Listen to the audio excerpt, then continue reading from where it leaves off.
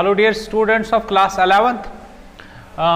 Let's discuss one more topic in human physiology, and we have been already discussing the respiration, and in respiration this is our another topic, that is mechanism of breathing. So in the present video we will first discuss the mechanism of the breathing, then we will shift our attention to the next topic of the same chapter, that is respiration. Let's start from here, that's mechanism of breathing.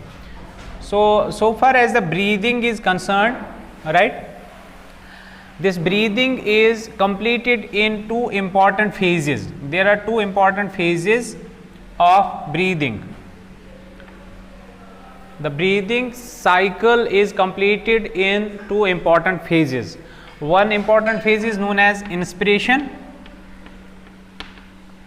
One important phase is known as inspiration and another is known as expiration. Inspiration and expiration, right. Now so far as normal human is concerned, so far as the breathing cycles are concerned, this inspiration and expiration occurs 14 to 18 times per minute. That means there is 14 to 18 times per minute this breathing in a normal human being. And in each breathing cycle there is an inspiration phase and there is an expiration phase. Now in inspiration, what is there? During this process there is an inflow. There is an inflow of air. It involves the inflow of air from the external environment, from the atmosphere into the lungs, right, into the respiratory tract. And in expiration there is outflow. It involves the outflow of air from lungs. This is reverse, that is there is outflow of air from the lungs to the external environment. In the first phase there is inflow of air from the external environment to the lungs, and in the expiration phase the air comes out, is forced from the lungs to the external atmosphere, right. And you know this inflow air, it contains the oxygen which is required, right, and this outflow of air, it contains what? It contains the carbon dioxide. So there is exchange of these two gases at the lung surfaces, but before there is exchange of the gases oxygen and carbon dioxide, there is this inspiration and expiration, which makes it possible that the fresh air enters the lungs, and the foul air which contains the carbon dioxide, that comes out of the lungs. Now we have to understand in this topic how this inspiration and expiration phases become possible. Now so far as the inspiration is concerned, the first, let's start from here. Inspiration, it is actually the process, we can define this process, it is a process of inflow of fresh air,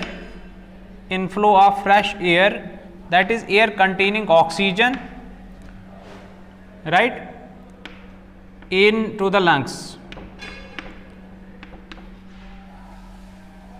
So this is the process which involves the inflow of fresh air from the outside atmosphere into the lungs, or you can say during this process the fresh air enters into the lungs. This is the simplest way to define the process.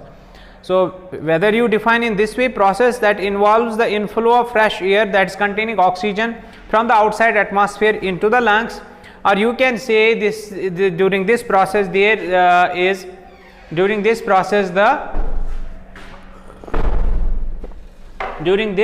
the fresh air containing oxygen enters the lungs, right. Now this process, that is inspiration, it is an active process.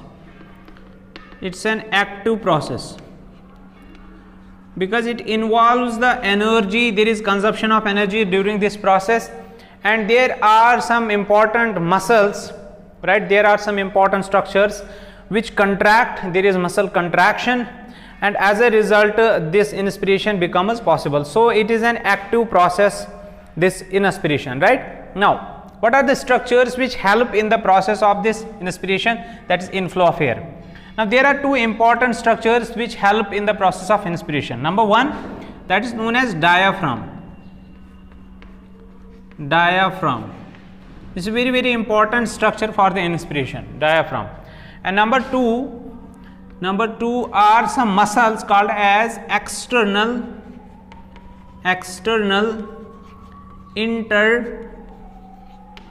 intercostal muscles. External intercostal muscles. These are the two structures, these are the two types of muscles which help in the process of inspiration. And we have to understand what happens to this diaphragm or external intercostal muscles, so that this inspiration process becomes possible, right? Now, you know this diaphragm is a muscular band which divides the thoracic cavity from the abdominal cavity. So here is this band of muscles called diaphragm just below the lungs, right? So let's try to understand in this diagram. Let's say this is diaphragm here, diaphragm, which is a muscular band made up of phrenic muscles, right? And the same structure helps in the process of inspiration. Now, what happens to this diaphragm during this inspiration, we will discuss. During the process of inspiration, during the process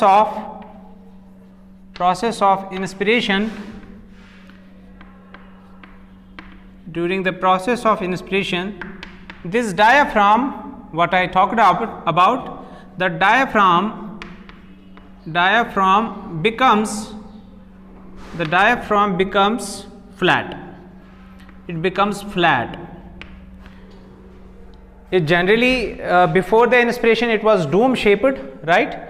Just like a dome shaped band. But during the process of inspiration, when there is inflow of air into the lungs, this diaphragm, which was dome shaped, right, it becomes flat. And it not only becomes flat, it is pushed downwards. It is pushed downwards.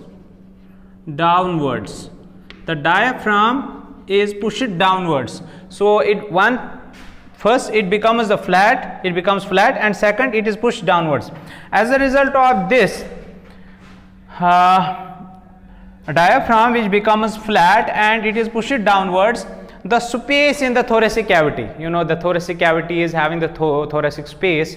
There is space for the lungs, right, where the lungs need the contraction and expansion for these processes. So in this thoracic space, there is intrathoracic volume, there is intrathoracic space. As a result of this, diaphragm which becomes flat and it is pushed downwards, the thoracic space, you can say intrathoracic space, that's also correct. Thoracic space is increased. So there is increase in the intrathoracic space or intrathoracic volume. So the volume inside the thoracic cavity increases, the space increases, right? Now, so when there is increase in the thoracic space, when there is increase in the intrathoracic volume, these lungs are able to expand themselves. The lungs expand. And when the lungs expand, obviously what happens to the pressure inside? The pressure of the air inside. The pressure of the air decreases. The pressure of air inside decreases. Pressure decreases, right? As a result of these two important effects, that is the increase in the volume of the thoracic space and decrease in the pressure inside the lungs, right? Lungs get expanded and the fresh air contains oxygen that moves in, that rushes inside the lungs, and the lung alveoli receive a lot of volume of air which contains this oxygen, right? So this is the first important process during the process of inspiration. This diaphragm, which is separating the thoracic cavity from the abdominal cavity, which is made up of phrenic muscles, this diaphragm, it becomes flat, it is pushed downwards. As a result of this, the space inside the thoracic cavity, that is called intrathoracic space or intrathoracic volume, that is increasing as a result of increase in the volume, increase in the space, the pressure inside the intrathoracic space that decreases, and we know that the air, the gases always move from the higher pressure to the lower pressure. So the pressure of the gases outside atmosphere is more, so the fresh air which contains the oxygen that moves in, that rushes inside the lungs. So this is first important thing. Second, this diaphragm not only helps in the process of inspiration, not only the contraction of the muscles of the diaphragm helps to make the diaphragm flat and pushes it downwards, and there is increase in the thoracic space, right, and there is decrease in the pressure. There are some other muscles which helps in the process of inspiration. As I already mentioned, the muscles are called what? The muscles are called external intercostal muscles. The muscles are called external intercostal muscles. First of all, we have to understand this point. What do you mean by external intercostal muscles? Costa means, guys, ribs. So let's say this is one rib and this is the another rib which are connected anteriorly with the sternum. So this is, let's say this is sternum, chest bone, this bone, chest bone, and the two ribs are connected with the sternum. Now there is a space between the two ribs, right? And the space, in this space there are actually these muscles. These are actually the muscles. Now these muscles are from the outside and these muscles from the inside. That means if, for example, these are the two ribs, right? Let's say from this side, these are the two ribs, and here we have the muscles from this side, and here we have the muscles from this side. These muscles from this side, from the anterior side, these are called external inter means between, costa means ribs, between the two ribs. So there are muscles in between the two ribs from the outside. These are called external intercostal muscles.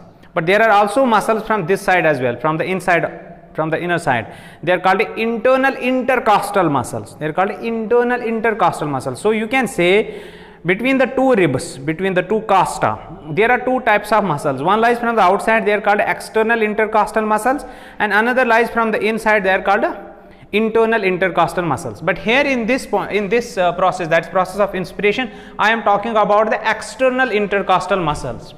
I am talking about the external intercostal muscles. External intercostal muscles. And during the process of this inspiration, what happens to these external intercostal muscles? They contract.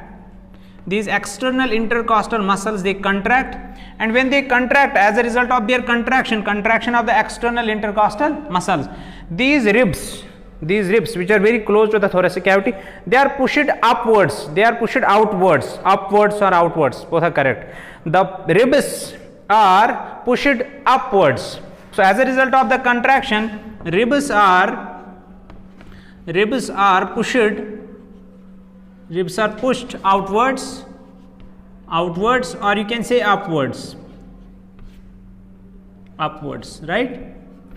And as a result of this effect, that is, the ribs are pushed upwards, the ribs are pushed outwards, again the volume of the thoracic cavity, the space of the thoracic cavity increases. So this also increases the volume of thoracic cavity.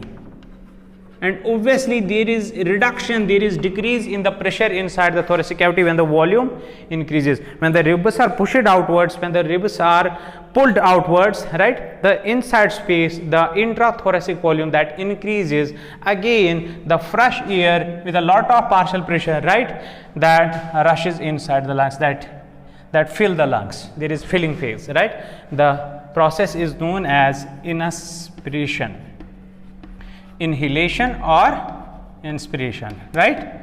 So we have understood that there are two important structures which help in the process of inspiration, and in both the cases there are muscles actually which contract and result the increase. The net effect is increase in the volume or space of the thoracic cavity, and there is reduction in the pressure, and outside air which contains a lot of gases including the oxygen which is required, that rushes inside the lungs, that fills the lungs, right? So first, these are the muscles of the diaphragm which contract. As a result, the diaphragm becomes flat, that is pushed downwards, and there is increase in the intrathoracic volume. Second, there are external intercostal muscles which contract and the ribs are pulled outwards, right? And again there is increase in the volume of the thoracic cavity, reduction in the pressure inside, and the outside air rushes in. So the process of inspiration is in this way completed. So these two muscles, now the important point, these two muscles which helps this process of inspiration, which makes it possible. What muscles? What two structures? Yes, come on. The two structures which help it in the process of inspiration is diaphragm which contract, and second is external intercostal muscles. These two structures, these two types of muscles are called as inspiratory. These are called inspiratory muscles.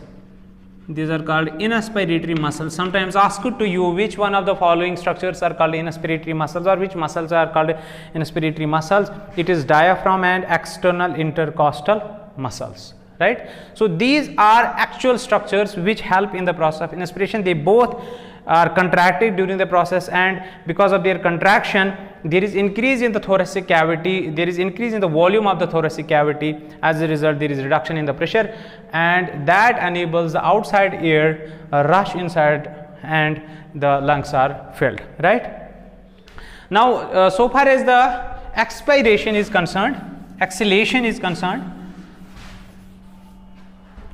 Now what about the expiration? During the process of expiration, that is the reverse of this. It is not an active process. This expiration is not an active process. It is a passive process. It is a passive process. It is a passive process. ये बिल्कुल एक balloon की तरह, जो अगर हम analogy दें तो एक बलून में जब हमें एयर फिल करना होता है तो हमें उसमें एनर्जी लगती है, तो फिर जब हम उसको छोड़ते हैं या कहीं पे प्री करते हैं तो ऑटोमेटिकली जो एयर जो है वो खुद ब खुद बाहर आ जाता है. तो लाइकवाइज हेयर फिलिंग फेज जो है वो एक एक्टिव प्रोसेस है, लेकिन जैसे ही ये मसल्स जिनकी मैंने अभी बात की, that is what, the diaphragm and the external intercostal muscles, जैसे ही ये वापस आएंगे, जैसे ही ये रिलैक्स हो जाएंगे, तो एक्सपायरेशन जो है, एक्सपायरेशन फेज जो है, एक्सेलेशन फेज जो है, outward movement of the air जो है वो खुद ब खुद ऑटोमेटिकली हो जाएगा. Are you getting? तो that is why this expiration is an passive process. So during this process what happens? During the expiration, which is the outward, you can define this process expiration, it is the outward movement of the air, foul air containing carbon dioxide from the lungs to the outside atmosphere. So let's write the definition so that you can understand it. So it is, or we can say, during this process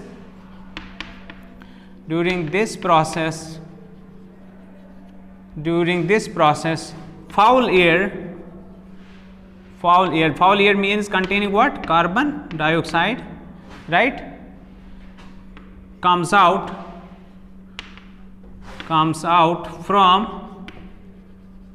lungs to outside, right? So this is process of expiration, or this is process of exhalation. Now as I told you, this is a passive process. So during this process what happens? The diaphragm which contracted in the previous process, the diaphragm relaxes now. The diaphragm relax. So you can see in this diagram on the board, in inspiration this diaphragm becomes flat and it is pushed downwards, and there is increase in the volume of the thoracic cavity. But now this is opposite to this. First process, that is, diaphragm is now coming to its original position. It is relaxing. When the diaphragm relax, so we have to draw another diagram, for example. So during this process, that is process of expiration, this diaphragm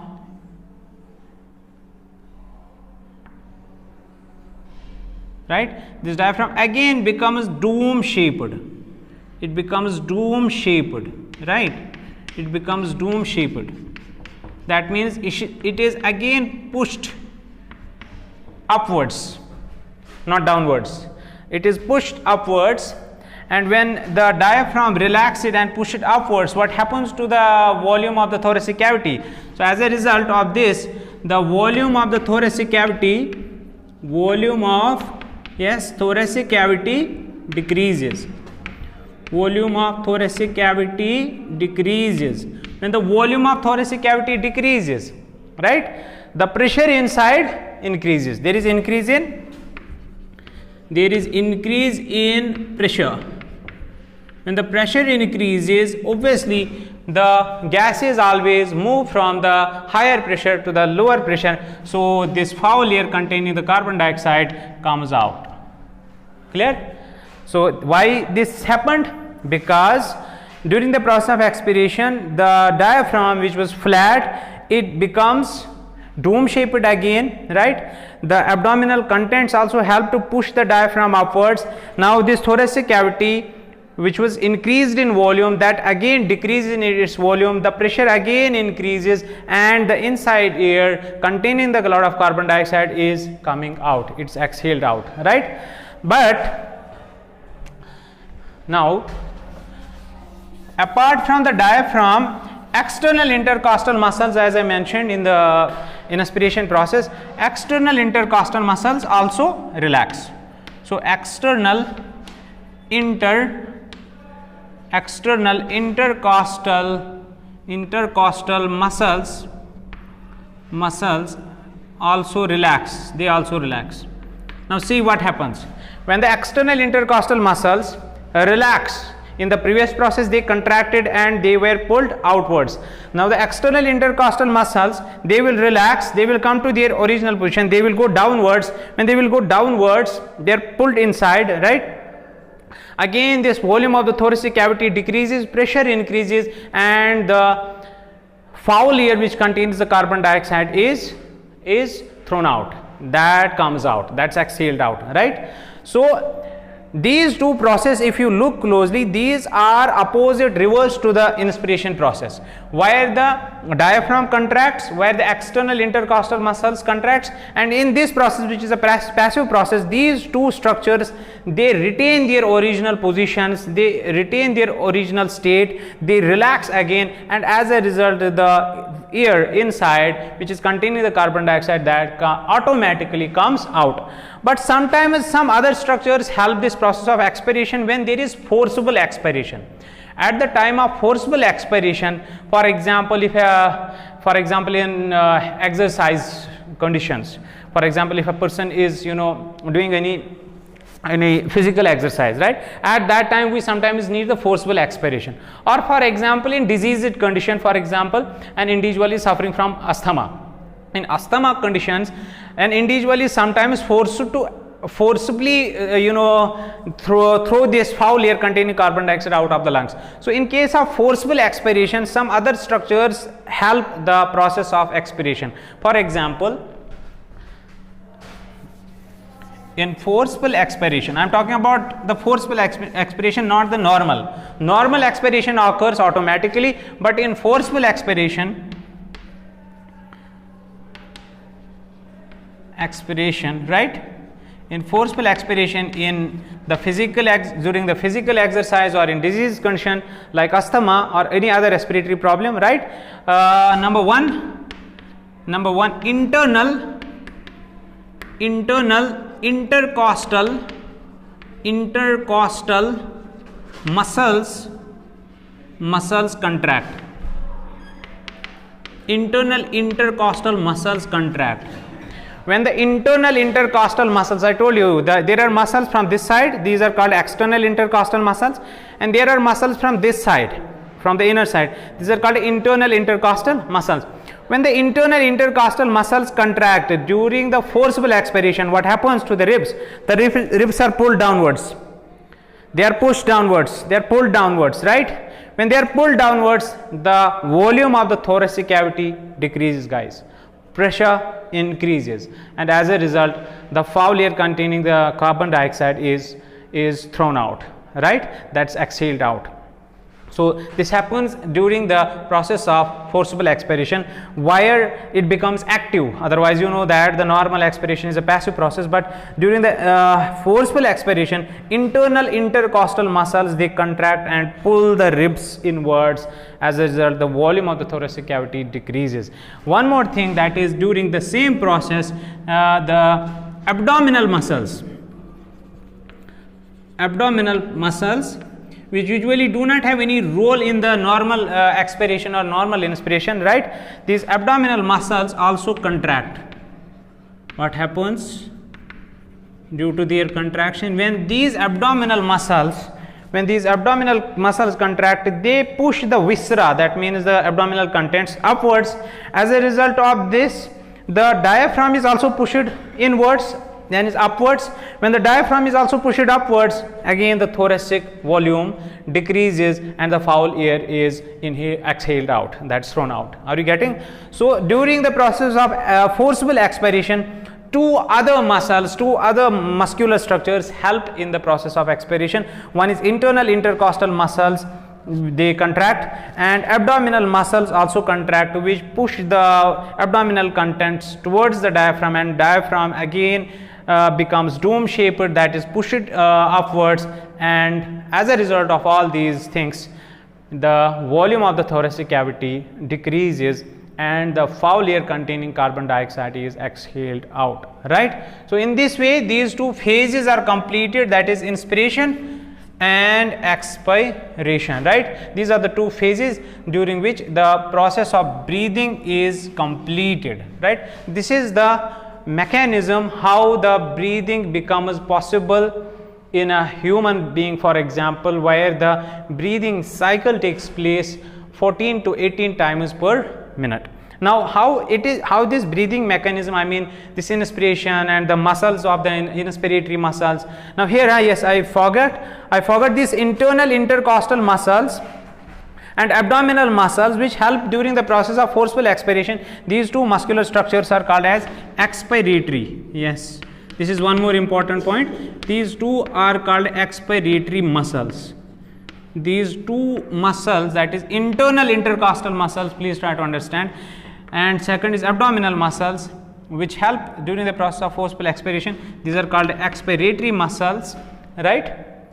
Now how these muscular structures, whether in the process of inspiration or in the process of expiration, how they are controlled, there are some nerve mechanisms that we will discuss in the upcoming lecture, that is the regulation of the respiration, where we will discuss all these things, how this breathing mechanism is controlled by the different types of nerves, right. So right now we are supposed to discuss what is the basic mechanism of breathing. So this is the basic mechanism of breathing, where the inspiration occurs, and this inspiration is it's made possible by some muscular structures. One is diaphragm, that's most important, and second is external intercostal muscles. Expiration is a passive process. When the same structures relax, the expiration becomes possible, but during the forcible expiration, internal intercostal muscles contract and abdominal muscles also contract. They both results in the decrease in the volume of the thoracic cavity. As a result, the air which contains the carbon dioxide is exhaled out, right. So this is all about the mechanism of the breathing. Our next topic will be the exchange of gases, that we will discuss in the upcoming lecture. So please watch my another video of this respiration, where I will discuss the exchange of gases. So my next topic will be exchange of gases.